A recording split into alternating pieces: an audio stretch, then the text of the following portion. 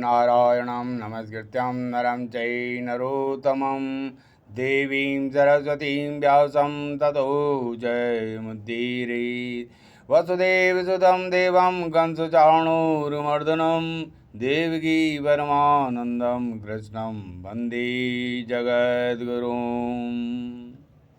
मित्रों, आज हम आपको हरिवंश पुराण के अंतर्गत भगवान श्री कृष्ण की संतति संतानों का वर्णन तथा वृष्टि वंश का अंत उपसंहार कैसे हुआ, अवश्य ही आप वंशावली कथा श्रवण करें। आपको भी प्रभु कृपा से संतति लाभ प्राप्त होगा।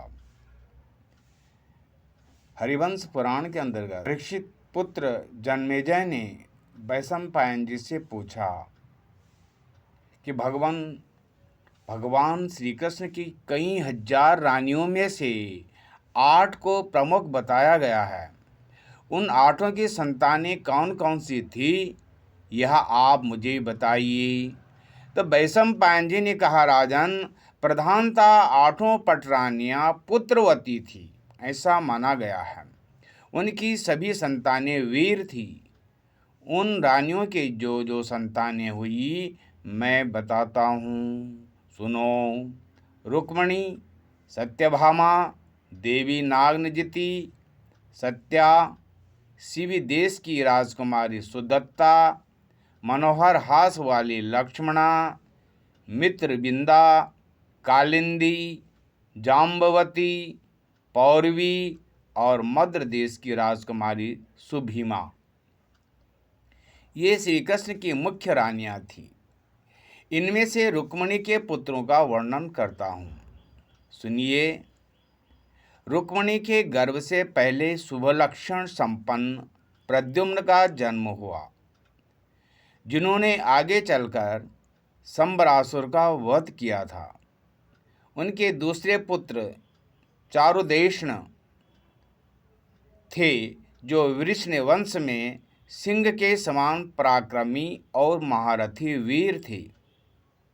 तीसरे चारुभद्र, चौथे चारुगर्भ, पांचवें सुदेष्ण और छठे द्रुम थे। सातवें सुषेण, आठवें चारुगुप्त, नौवें पराक्रमी चारुविंद और 10वें चारुबाहु। चारुबाहु सबसे छोटे थे। इनके सिवा रुक्मणी के एक कन्या भी उत्पन्न हुई, जिसका नाम था चारुमती। सत्यभामा की गर्भ से भानु, भीमरथ, क्षुप, रोहित, दीप्तिमान, ताम्रजाक्ष और जलांतक नामक पुत्र उत्पन्न हुई। भगवान गरुड़ध्वज से इनकी 4 बहनें उत्पन्न हुई थी, जिनके नाम थे भानु, भीमलिका, ताम्रपर्णी और जलंधमा। जाम्बवती के ज्येष्ठ पुत्र सांब उत्पन्न हुई, जो युद्ध में बड़ी शोभा पाते थे। इनके सिवा मित्रवान, मित्रविंद, मित्रबाहु और सुनीथ, ये 4 पुत्र और थे। जाम्बवती के मित्रवती नाम वाली एक कन्या भी उत्पन्न हुई थी। अब नागनजिति की संतानों का भी वर्णन सुनो। नागनजिति के भद्रकार और भद्रविंद नाम के 2 पुत्र हुए थे, तथा भद्रवती नाम वाली एक कन्या भी उत्पन्न हुई थी। शिवी देश की राजकुमारी सुदत्ता के गर्भ से संग्रामजित, सत्यजित, सेनजित और सूरवीर सपत्नजित, इन 4 पुत्रों का जन्म हुआ था। माद्री, सुभीमा के वृकाक्ष, वृक निर्वृति तथा कुमार वृकदीप्ति, ये 3 पुत्र थे। अब लक्ष्मणा की संतानों का परिचय भी आप सुनिए। गात्रवान, गात्रगुप्त तथा पराक्रमी गात्रविंद, ये 3 पुत्र लक्ष्मणा के गर्भ से उत्पन्न हुए थे। साथ ही इनकी छोटी बहन गात्रवती का भी जन्म हुआ था। कालिंदी के दो पुत्र हुई, अश्रुत और श्रुत संमित।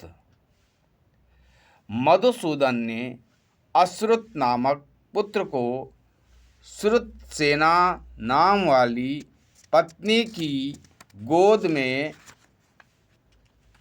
दे दिया था। उसे देखकर भगवान श्री कृष्ण बड़े प्रसन्न हुए और अपनी उस पत्नी से बोले, यह सदा के लिए तुम दोनों का पुत्र रहे। श्री कृष्ण की बृहति नाम वाली पत्नी के गर्भ से गद की उत्पत्ति बताई जाती है। शैब्या के गर्भ से अंगद, कुमुद और श्वेत नामक पुत्र की उत्पत्ति कही गई है। शैब्या के श्वेता नाम वाली एक कन्या भी थी। सुदेवा के गर्भ से अगावह, सुमित्र, शुचि, चित्ररथ तथा चित्रसेन ये 5 पुत्र और चित्रा तथा चित्रवती ये 2 कन्याएं उत्पन्न हुई थी। वनस्तंभ, स्तंभवन, निवासन और अवनस्तंभ ये 4 पुत्र और स्तंभवती नाम वाली कन्या, इन सबकी उत्पत्ति कौशिकी के गर्भ से हुई थी। उपसन, शंकु, वज्रांशु और क्षिप्र ये 4 पुत्र सुतसोमा के गर्भ से उत्पन्न हुए थे। युधिष्ठिरी के गर्भ से युधिष्ठिर नामक पुत्र का जन्म हुआ था।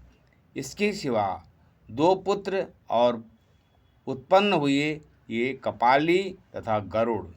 ये दोनों ही विचित्र रीति से युद्ध करने वाले थे। ये तथा इसी तरह और भी सहस्त्रों पुत्र श्री कृष्ण से उत्पन्न हुए थे। इस बात को तुम मेरे द्वारा जान लो। भगवान वासुदेव के वे पुत्र 1,80,000 बताए गए हैं। वे सब के सब रणकर्म, विशारद तथा सूरवीर थे। इस प्रकार मैंने तुमसे भगवान जनार्दन की संतति का वर्णन किया।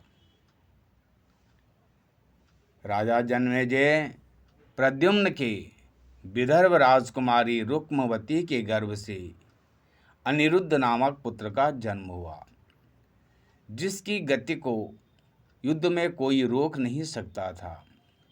अनिरुद्ध की ध्वजा पर मृग का चिन्ह था। बलदेव जी के रेवती के गर्भ से 2 पुत्र उत्पन्न हुए, जिनके नाम थे निषठ और उल्मुख।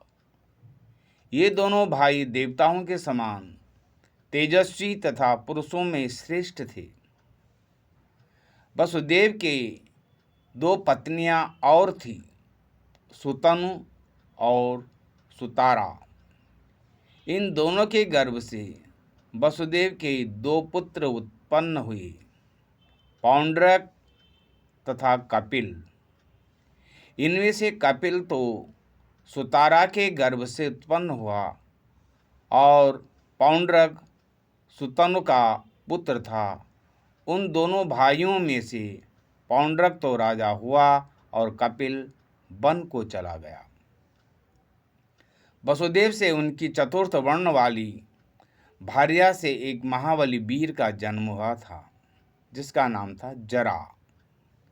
वह समस्त धनुर्धर निषादों का स्वामी था।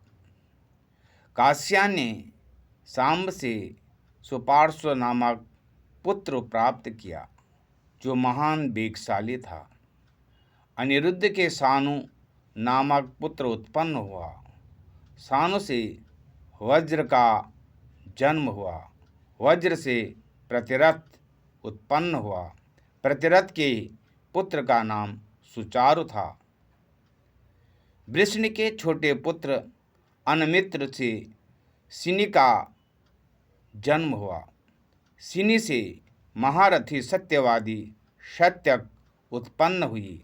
सत्यक से उनके सूरवीर पुत्र युयुधान अर्थात सात्यकी का जन्म हुआ।